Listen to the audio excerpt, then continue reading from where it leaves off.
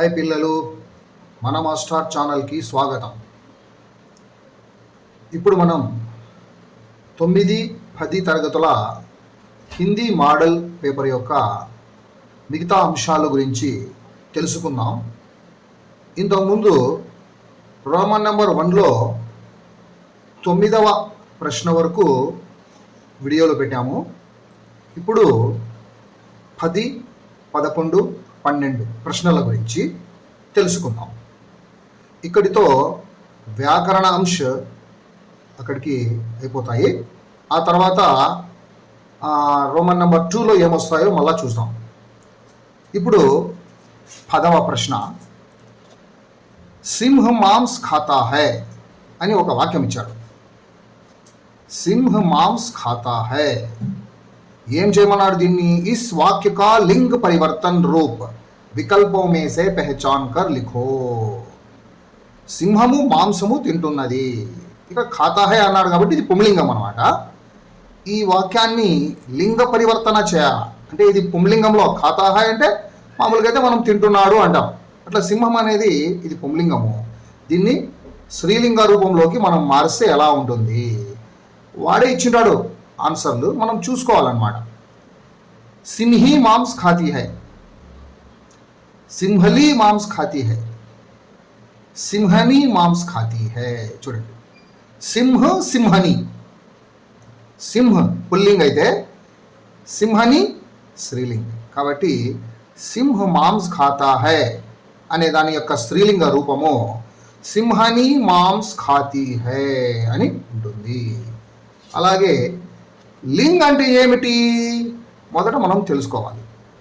లింగ్ అంటే జిస్ సంజ్ఞా శబ్ద సే, సంజ్ఞ అంటే నామవాచకము నౌన్, जिस संज्ञा शब्द से व्यक्ति की जाति का पता चलता है उसे लिंग कहते हैं. చూడండి, ఏ నామవాచకం యొక్క శబ్దం అయితే ఆ వ్యక్తి యొక్క జాతి గురించి తెలియచేయబడుతుందో దాన్ని మనము లింగ్ అంటాము. ఇప్పుడు ఉదాహరణకి పురుష జాతి అనేది ఉంది, స్త్రీ జాతి అనేది ఉంది. పురుష జాతిలో గోపాల్, లడకా, సింహ్, పురుష, ఇది మానవ జాతుల్లో అయితే ఇట్లా. ఇంకా జంతువులు అవన్నీ చూడండి, సింహ, గధ ఇట్లా అనమాట. అలాగే పిత అంటాము, భాయి అంటాము, ఇవన్నీ పురుష జాతికి సంబంధించిన వర్డ్స్ అనమాట, శబ్దాలు ఇవి.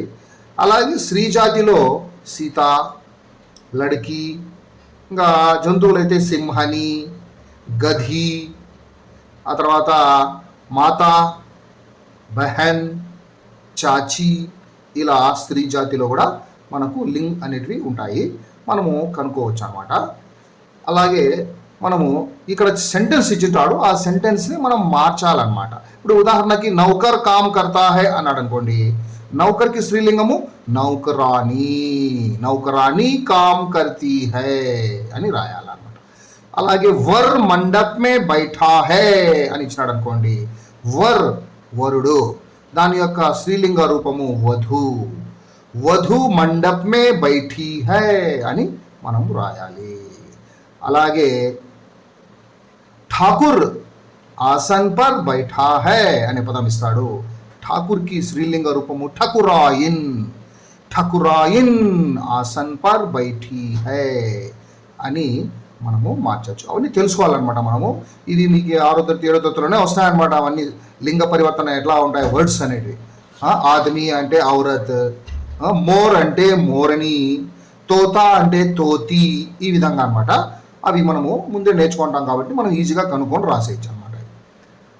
ఆ తర్వాత కాల్ బదలన, అది ఏ కాలంలో ఉందో కనుక్కొని ఆ కాల పరివర్తన మనం చేయాలా.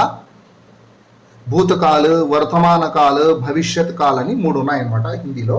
ఇక్కడ ఒక సెంటెన్స్ ఇచ్చాడు, एक वाक्य यहाँ दिया गया है, देखो उसको. गोपाल क्रिकेट खेलता है, यह किस काल में है? इसको हम पहले पहचानना चाहिए. దీన్ని కనుక్కోవాలి ఫస్ట్ మనం. ఖేల్తా హై వర్తమాన కాలంలో ఉంది ఇది, కాబట్టి వర్తమాన కాలంలో ఉంది కాబట్టి దీన్ని వాడు ఏమ చేయమన్నాడు బ్రాకెట్లో, ఇస్ వాక్య కా భవిష్యత్ కాల్ రూప్ వికల్పో మే సే పెహచాన్ కర్ లిఖో. ఆన్సర్లు వాడే ఇచ్చేసాడు కాబట్టి మనం ఈజీగా కనిపెట్టేయచ్చు. భవిష్యత్ కాల రూపం రాయాలా. చూడండి, గోపాల్ క్రికెట్ ఖేలా హై అని ఉంది. గోపాల్ క్రికెట్ ఖేల్ రహా హై అని ఉంది. గోపాల్ క్రికెట్ ఖేలేగా అని ఉంది. కాబట్టి దీనికి కరెక్ట్ ఆన్సర్ వచ్చి గోపాల్ క్రికెట్ ఖేలేగా అనేది దీనికి ఒక కరెక్ట్ ఆన్సర్. కాబట్టి ఇంకా మనము ఈ కాల్ బదలనా అనేది మనం ఎలా తెలుసుకోవచ్చు? ఇప్పుడు మనం చూస్తే काल అంటే ఏమి? क्रिया के जिस रूप में कार्य करने या होने के समय का ज्ञान होता है उसे काल कहा जाता है.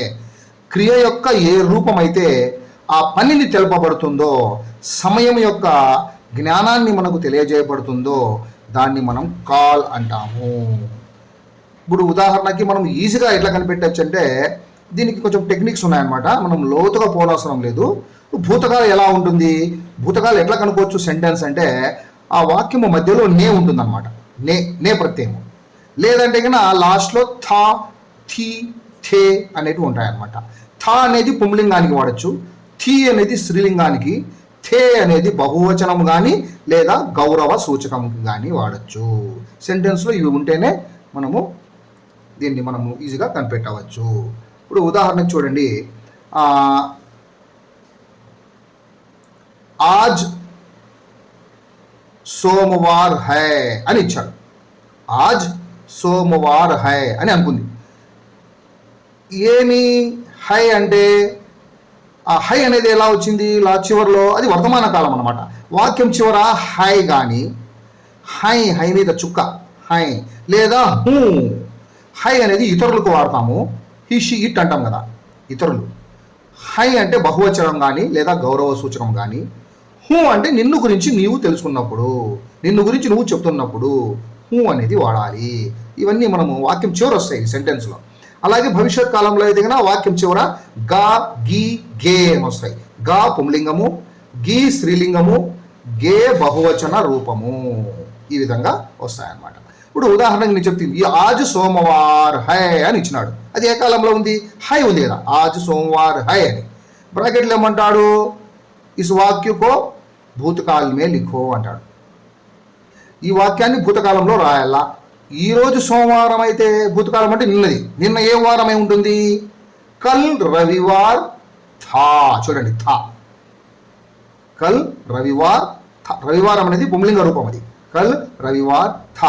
కల్ అనేది హిందీలో నిన్న లేక రేపు. ఎస్టర్డేకు కల్నే, టుమారోకు కూడా కల్లే వాడాల.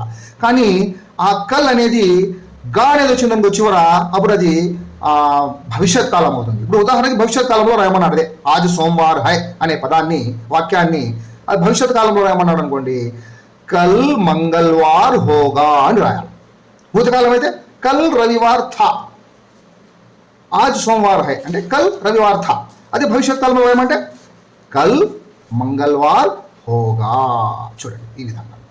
కాబట్టి ఆ విధంగా ఉంటుంది భూతకాలము, వర్తమాన కాలము, భవిష్యత్ కాలంలో మనం కనిపెట్టడము. ఉదాహరణకి ఆజ్ స్కూల్ కి ఛుట్టి హై అన్నాడు.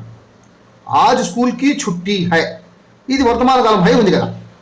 అప్పుడు దీన్ని భూతకాలంలో ఏమంటే కల్ స్కూల్ కి ఛుట్టి థీ. ఛుట్టి అనేది స్త్రీలింగం, థీ రాయాల. కల్ స్కూల్ కి ఛుట్టి థీ. అదే భవిష్యత్ కాలంలో అయితే కల్ స్కూల్ కి ఛుట్టి హోగి. చూడండి, గీ స్త్రీలింగం. భవిష్యత్ కాలంలో కల్ స్కూల్ కి ఛుట్టి హోగి. అలాగే కల్ పాఠశాల బంద్ థా అనే పదం ఉంది. అది ఏ కాలంలో ఉంది? థా కాబట్టి అది భూతకాలంలో ఉంది. దాన్ని వర్తమాన కాలంలో రాయమంటే ఆజ్ పాఠశాల బంద్ హై అని రాయాలి. అదే భవిష్యత్ కాలంలో అయితే కల్ పాఠశాల బంద్ హోగా. పాఠశాల అనేది పుంలింగ వర్డ్ శబ్దం అనమాట. అది కల్ పాఠశాల బంద్ హోగా. ఈ విధంగా ఇది గుర్తుపెట్టుకోండి బాగా. భూతకాలంలో మధ్యలో నే అన్న రావాలా, లేదా లాస్ట్లో థా థీ థే అన్న రావాలా. వర్తమాన కాలంలో అయితే హై, వాక్యం చివర. ఇదైతే భూతకాలంలో వాక్యం మధ్యలో నే వస్తుంది, వాక్యం చివర థా థీ థే వస్తుంది. ఇది వాక్యం చివర థా థీ థే. ఇంకా వర్తమాన కాలంలో వాక్యం చివర హై హై హూ. అదే భవిష్యత్ కాలంలో అయితే కన్నా వాక్యం చివర గా గి గే. గౌరవ సూచకం. ఇప్పుడు గే అంటే ఏమి? లడకే క్రికెట్ ఖేలేంగే. చూడండి, భవిష్యత్ కాలం అది. లడకే క్రికెట్ ఖేలేంగే. వర్తమాన కాలంలో అయితే లడకే క్రికెట్ ఖేల్తే హై, హై మీద చుక్క బహువచనం. అదే భూతకాలంలో అయితే లడకే క్రికెట్ ఖేలే థే. చూడండి అలా. ఇంకా గౌరవ సూచకం అంటే ఎట్లా ఉంటుంది అది? ముఖ్యమంత్రిజీ భాషణ్ దేంగే. చూడండి గౌరవ సూచకం అది. ముఖ్యమంత్రి గారు ఉపన్యసిస్తారు. ముఖ్యమంత్రిజీ భాషణ్ దేంగే. వర్తమాన కాలం అయితే ముఖ్యమంత్రిజీ భాషణ్ దేతే హై. చూడండి హై మీద చుక్క గౌరవ సూచకం. అదే భూతకాలంలో అయితే ముఖ్యమంత్రిజీ భాషణ్ దియే థే.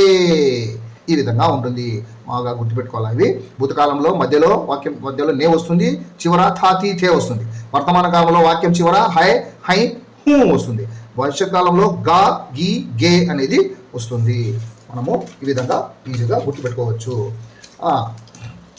ఇంకా కొన్ని ఉన్నాయి ఇక్కడ చూడండి వాక్యాలు. భూతకాలంలో లడకా కామ్ కియా థా అన్న ఉంటుంది, లేదా లడకేనే కామ్ కియా. చూడండి లడకేనే కామ్ నే వచ్చింది. చూడండి ఇక్కడ ఈ రెండు ఒకటే. థా వచ్చింది లాస్ట్లో ఈ సెంటెన్స్లో నే వచ్చింది. ఇది భూతకాలంలో ఉంది. వర్తమాన కాలంలో ఏమవుతుంది? అది లడకా కామ్ కర్తా హై. చూడండి ఇంకా భవిష్యత్ కాలంలో అయితే లడకా కామ్ కరేగా. భూతకాలం కల్ రవివార్ థా. వర్తమాన కాలంలో రాయాల దాన్ని. థా అంటే భూతకాలం కదా. ఆజ్ సోమవార్ హై. నిన్న ఆదివారం ఉంటే ఈరోజు ఏం వారం ఉంటుంది? ఈరోజు వర్తమాన కాలం అంటే ఈరోజు అనమాట, సోమవారం కదా. అదే భవిష్యత్ కాలంలో అయితే ఈరోజు సోమవారం అయితే రేపు ఏమవుతుంది? ఉదాహరణకి ఆజ్ కల్ రవివార్ థా అన్నాడు అనుకోండి, భవిష్యత్ కాలంలో రాయమన్నాడు. అప్పుడు మనం ఏం చేయాలి? సోమవారం రాయకూడదు. నిన్న ఆదివారం అయితే ఈరోజు ఏమై ఉంటుంది? సోమవారం అవుతుంది. రేపు ఏమవుతుంది? మంగళవారం అవుతుంది. కల్ మంగళవార్ హోగా అని రాయాలన్నమాట భవిష్యత్ కాలం. ఓకే. ఇంకా నెక్స్ట్ 10వది. 11 అయిపోయింది, 10 అయిపోయింది, 11 అయిపోయింది. ఇప్పుడు 12. ఇది చివరిది. ఇది వ్యాకరణాంశంలో చివరిది. ఆద్మీ రాత్ మే సోతీ హై అని సెంటెన్స్ ఉంది. ఇక్కడ ఏమన్నాడు? ఈ వాక్య కా శుద్ధ రూప వికల్పం మేసే పెహచాన్ కర్ లిఖో. దీనికి కూడా ఆన్సర్లు ఇచ్చినాడు, అన్ని దానిలో ఆన్సర్లు ఇచ్చినాడు అనమాట. ఈ శుద్ధ రూపం అంటే ఈ వాక్యము తప్పు ఉంటుంది అనమాట, రాంగ్ ఉంటుంది. దాన్ని మనము కరెక్ట్ చేసి రాయాలన్నమాట. ఆద్మీ రాత్ మే సోతీ హై అన్నాడు. ఆద్మీ అంటే పుంలింగం, సోతీ హై రాదు దానికి. ఆద్మీ రాత్ మే సోతా హై అని ఉంటుంది. చూడండి ఆద్మీ రాత్ మే సోతా హై అని ఉండాల. ఆద్మీ రాత్ మే సోయి హై అని ఉంది. ఆద్మీ రాత్ మే సో గయి హై అని ఉంది. ఆద్మీ రాత్ మే సోతా హై అని ఉంది. కాబట్టి కొంచెం మనము దాన్ని చూసి తెలుసుకొని కరెక్ట్గా మనం రాయాలన్నమాట. అలాగే ఇంకా కొన్ని ఉన్నాయి. రామ్ రావణ్ మారా. ఇది రాంగ్ సెంటెన్స్. రామ్నే రావణ్ కో మారా. రాముడు రావణుణ్ణి చంపాడు. హిందూలో దివాళీ మనాతా హై అని. హిందూలో కంటే బహువచనం కదా. మనాతా హై అంటే అది సింగులర్, అది కాబట్టి ఏకవచన సంబోధన అది. కాబట్టి హిందూలో దివాళీ మనాతే హై అని రాయాలి. మై ఆమ్ ఖాతా హై అని ఉంది. మై వచ్చినప్పుడు హూ రావాలా. మై ఆమ్ ఖాతా హూ అని ఉండాల. ఆప్ ఇదర్ ఆ అని ఉంది, అది రాంగ్ అనమాట. తూ అంటే తూ ఇదర్ ఆ అనొచ్చు. ఇది ఆప్ తమరు. ఆప్ ఇదర్ ఆయియే, తమరు ఇక్కడికి రండి. ఈ విధంగా శుద్ధ రూపము మనము కొంచెం చదివితేనే అర్థమైపోతుంది ఎక్కడ రాంగ్ ఉందని మనము ఈజీగా కనిపెట్టి రాసేయచ్చు. కాబట్టి మనము ఇక్కడికి వ్యాకరణాంశం అయిపోయాయి. ఆ తర్వాత వీడియోస్లో రోమన్ నెంబర్ 2లో ఏముంటాయి, పారాగ్రాఫ్లు, దాని క్వశ్చన్లు ఎట్లా ఉంటాయో తెలుసుకుందాం మనము. అంతవరకు సెలవు, నమస్కారము. నా ఛానల్ని మీరు సబ్స్క్రైబ్ చేయండి, షేర్ చేయండి, లైక్ చేయండి. నమస్కారం.